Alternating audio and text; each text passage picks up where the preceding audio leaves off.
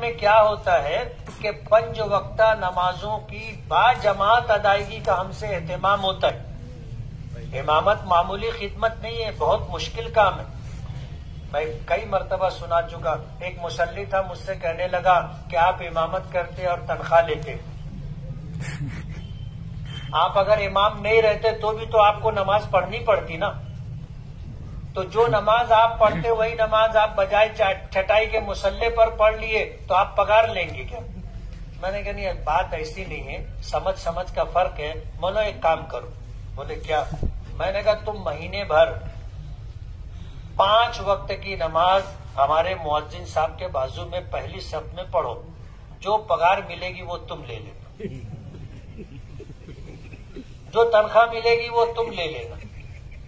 अब गुफ्तगू के बाद पहली नमाज में वो था मुअज्जिन के बाजू, मैं भी उसको ऐसे घूम के देखा।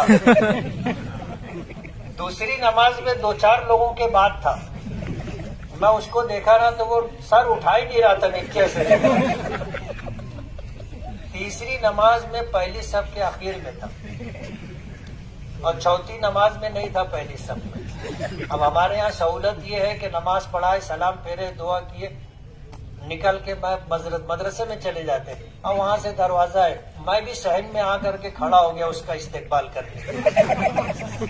वो आया, बोले बहुत मुश्किल काम है मुफ्ती साहब, मैं गोल्डन नगर में रहूं, ऐसा ही मौके मालूम पड़ा, मैं भागत आओ, पहली सब भर गई। बोला अब तोरा कहाँ बोलना? बोले कम पगार दे।